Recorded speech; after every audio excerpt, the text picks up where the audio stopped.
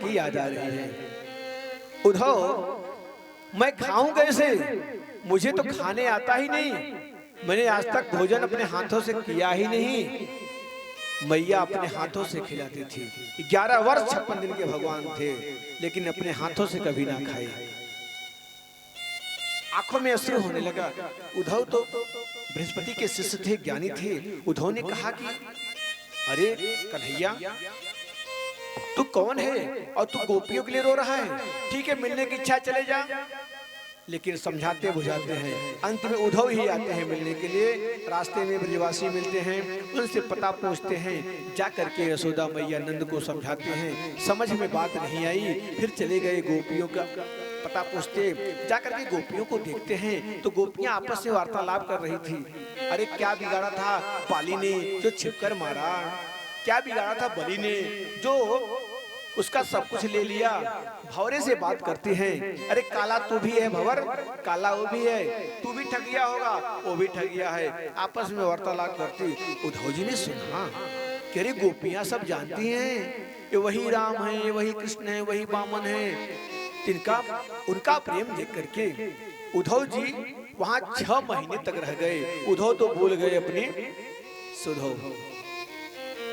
प्रेमियों, किसी तरह उद्धव घूम फिर करके मथुरा आते हैं। जब मथुरा आए, भगवान ने पूछा कैसी रही मथुरा? अरे ब्रज, आप तो आधे घंटे के लिए रह गए और 6 महीना लगा दिए वहां पर। उद्धव जी कहते हैं बात मत करो। जब उद्धव का भ्रम दूर हुआ, उद्धव भगवान कहते हैं उद्धव, तुम्हें सब ज्ञान था लेकिन प्रेम का ज्ञान नहीं था। और मैं चाहता था तुम्हें प्रेम का ज्ञान हो, कि प्रेम सृष्टि का आधार है और वही जगत का सार है। हे उद्धव, तुम हमारे मित्र हो तो मैं तुम्हें प्रेम से वंचित कैसे कर सकता था? बावरे हो गए उद्धव। भगवान ने वही दर्शन दिया राधा रानी के साथ। उद्धव सब कुछ जान गए।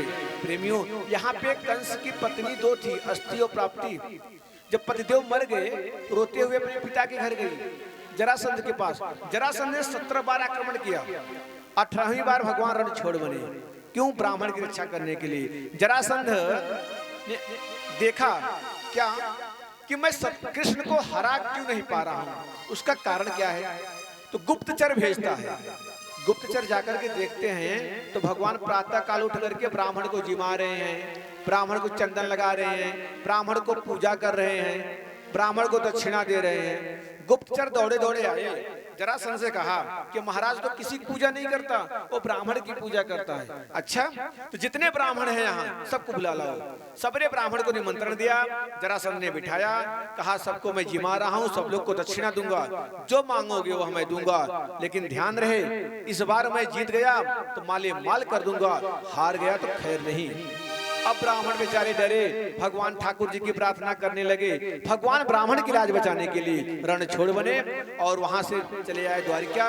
वहां पे द्वारिकापुरी बना लिए। बोल द्वारिका भगवान की जय हो। द्वारिका में आए भगवान। बलराम का रेवती से विवाह होता है, भाभी भी आ गई। अब अच्छा मन लग रहा है, लेकिन कन्हैया का विवाह भी ना भयो। आज विवाह में लेट हो रही है ना? राधे राधे। देखो द्वारिका से आएंगे ठाकुर जी तो आने में थोड़ी देर तो हो सकती है, रास्ते में ट्रैफिक भी तो हो सकता है, इसलिए थोड़ी बहुत देर हो जाए तो आप चिंता न करियो। ऐसा नहीं दुल्हा को बिना देखे चले जाइयो, बारात दे करके ही जाना। भगवान के आने में थोड़ी देर जरूर हो रही है, लेकिन बारात बड़े ठाट से आएगी, पूरे बाजे गाजे के साथ। अब भगवान दूल्हा सरकार कैसे बनेंगे, मन में इच्छा जागृत हो रही है। कुंदनपुर में एक रुकव्रत नाम के राजा थे, उनकी एक बेटी थी और 5 पुत्र थे। रुकमक चाहते थे कि हमारी बेटी का विवाह द्वारिकाधीश से हो, लेकिन उसका भाई नहीं चाहता था। क्यों? यहाँ पे परीक्षित जी पूछते हैं कि भगवान का हमारा विवाह कैसे हुआ? तो परीक्षित जी से सुखदेव जी कहते हैं, भगवान भीष्मक सुताम रुकमणि रुचिरान नाम राक्षसेन विधानेन उपयेमिते श्रुतम। राक्षस विधि से विवाह का भगवान का विवाह हुआ है। राजा शीत भीष्म को नाम विदर्भाधिपतिर्महा